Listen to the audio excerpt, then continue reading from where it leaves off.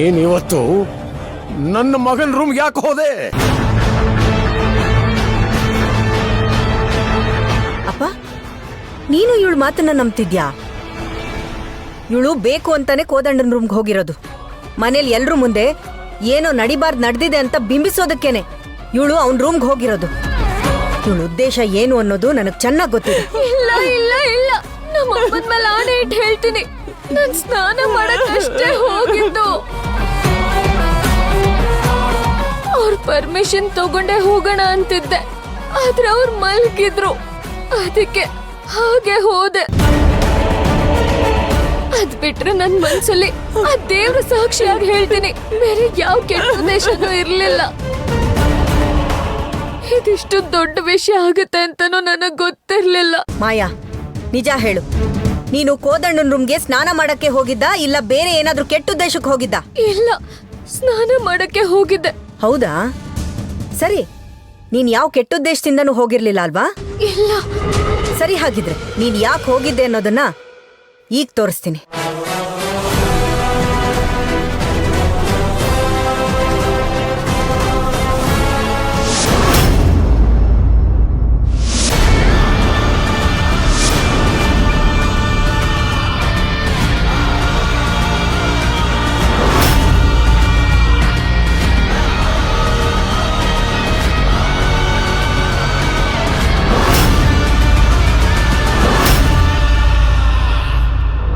ಏನಕ್ಕ ಅದು?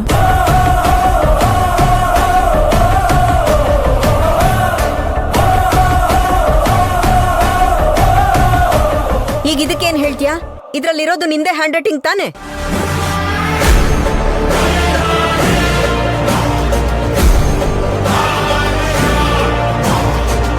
ಏನು, ಮಾಯಾ ವೆಟ್ಸ್ ಕೋದಂಡನಾ?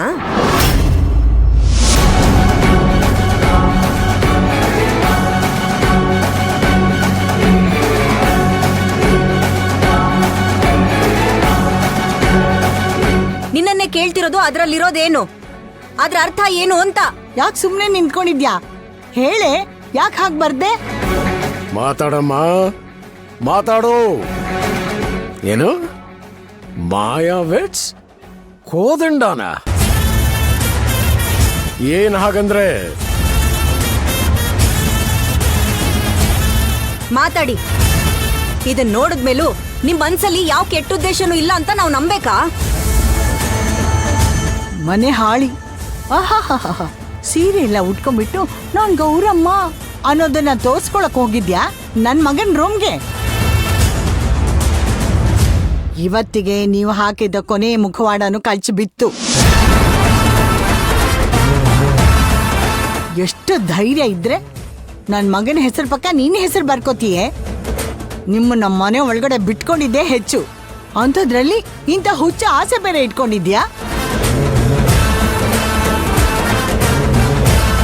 ಕೋದಂಡ, ಈಗೇನಪ್ಪ ಹೇಳ್ತೀಯಾ? ಪಡ್ಕೊಂಡೆ ಕಣೋ, ನೀ ಕೇಳಿಲ್ಲ ನನ್ ಮಾತ್ನ. ನೋಡೀಗ ನಿನ್ನ ಹೆಸರಿಗೆ ಮಸಿ ಬೆಳೆಯಕ್ ಹೊರಟಿದ್ದಾರೆ. ಅಮ್ಮ, ಏನೇ ಬಂದಿದೆ ನಿನಗೆ? ಯಾಕೆ ಹೀಗ್ ಮಾಡ್ದೆ?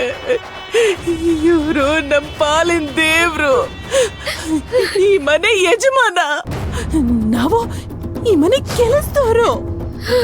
ನಿನ್ ಯೋಗ್ಯತೆ ಏನು ಅನ್ನೋದನ್ನು ಮರ್ತು ಹೋದ್ಯಾ? ನಿನ್ನ ಆಸೆ ಎಲ್ಲ ನೆರವೇರುತ್ತೇನೆ. ಯಾಕೆ ಹೀಗ್ ಮಾಡ್ದೆ? ಯಾಕೆ ಹೀಗ್ ಮಾಡ್ದೆ? ಯಾಕೆ ಹೀಗ್ ಮಾಡ್ದೆ? ಹೌದು, ನಾನು ಆಸೆ ಪಟ್ಟಿದ್ದು ನಿಜ.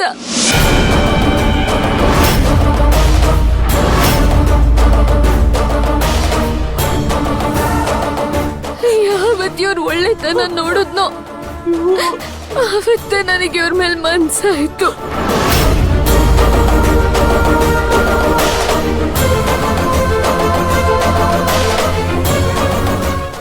ಈಡೇರ್ಬೇಕು ಅಂತ ಕಂಡಿರೋ ಆಸೆ ಅಲ್ಲಮ್ಮ,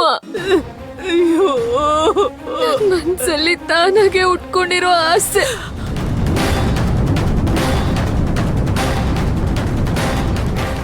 ತಪ್ಪು ಅಂತ ಗೊತ್ತಿದ್ರು ನನ್ ಮನ್ಸಲ್ಲಿ ಪ್ರೀತಿ ಹುಟ್ಟಿದ್ರೆ ನಾನ್ ಏನ್ ಮಾಡ್ಲಿ?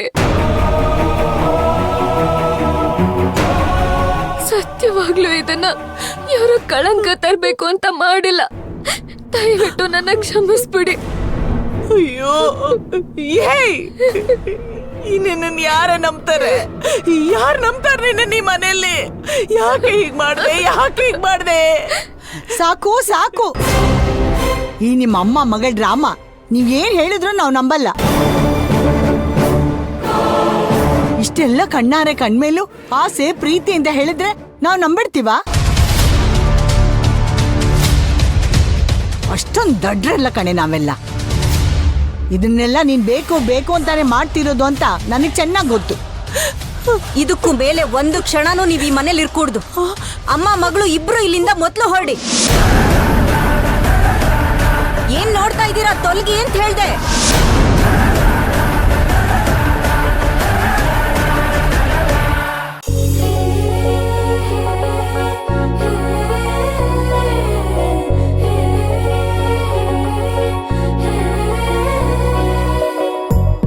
ಹೇಳಿ ಮೇಡಮ್, ಏನ್ ಬೇಕಾಗಿತ್ತು? ವಾಚ್ ಬೇಕಿತ್ತು. ಫ್ರೆಂಡ್ಗಾ, ಬಾಯ್ ಫ್ರೆಂಡ್ಗಾ, ಇಲ್ಲ ಹಸ್ಬೆಂಡ್ಗಾ? ವಾಚ್ ಅಂದ್ರೆ ಎಲ್ಲ ಒಂದೇ ತಾನೆ? ಹುಡುಗಿಯರ ವಿಷಯದಲ್ಲಿ ಹಾಗಿರಲ್ಲ ಮೇಡಮ್.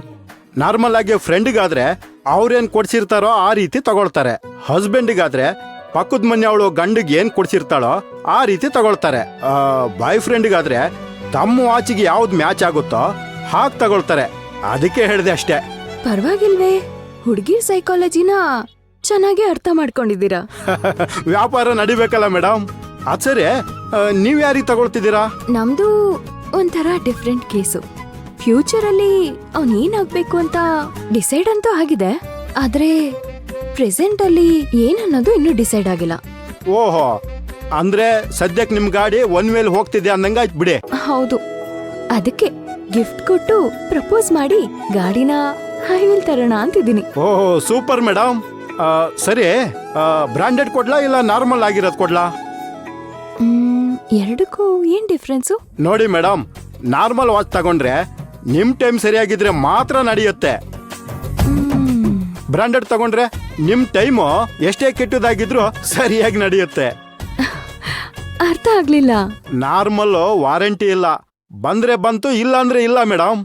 ನಿಮ್ ಲಕ್ ಮೇಲೆ ಡಿಪೆಂಡ್ ಆಗಿರುತ್ತೆ. ಬಟ್ ಬ್ರಾಂಡೆಡ್ಗೆ 2 ವರ್ಷ ಪಕ್ಕ ವಾರಂಟಿ ಮೇಡಮ್. ಹಾಗಿದ್ರೆ ಚೆನ್ನಾಗಿರೋದು ಬ್ರಾಂಡೆಡ್ ನೀವೇ ಸೆಲೆಕ್ಟ್ ಮಾಡ್ಕೊಡಿ. ಆಯ್ತು.